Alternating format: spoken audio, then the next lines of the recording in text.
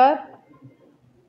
पुणी आउ गोटे झियो, पुणी आउ गोटे छात्री, पुणी आउ गोटे नाबालिका बरगढ़ जिलार गाईसिलट ब्लॉक रो पिरिंगमाल गाँव रो घटना।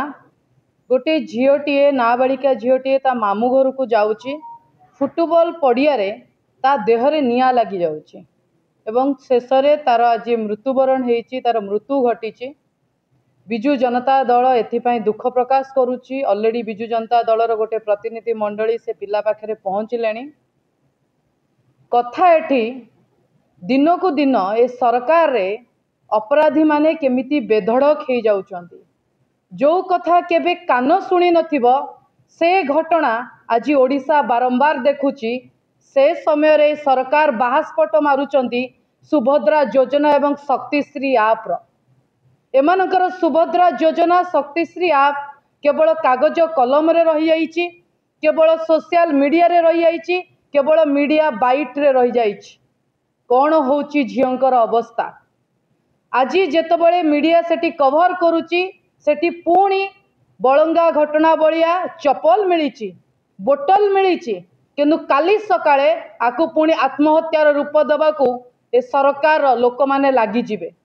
ए सरकार रे जो पुलिस काम करूनी ताकू पुरस्कृत करा जाउची, जो पुलिस काम करूची ताकू छुट्टी रे पठेई दिया जाउची।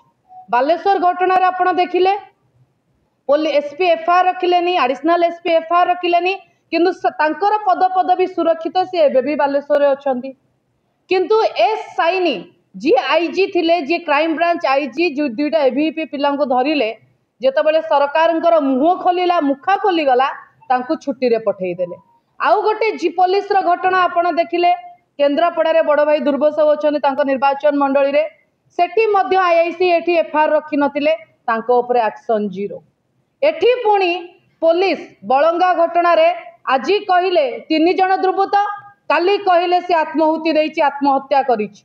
तेणु ए नाबालिका झीवर तो किछि मानसिक चाप नथिबो, छोट झीवटे खेली बुली पाठ पढ़ी जीवन काटिबा समय तार, याकू आत्महत्यार रूप न देकी ए सरकार सब कथा सामना को आणंतु।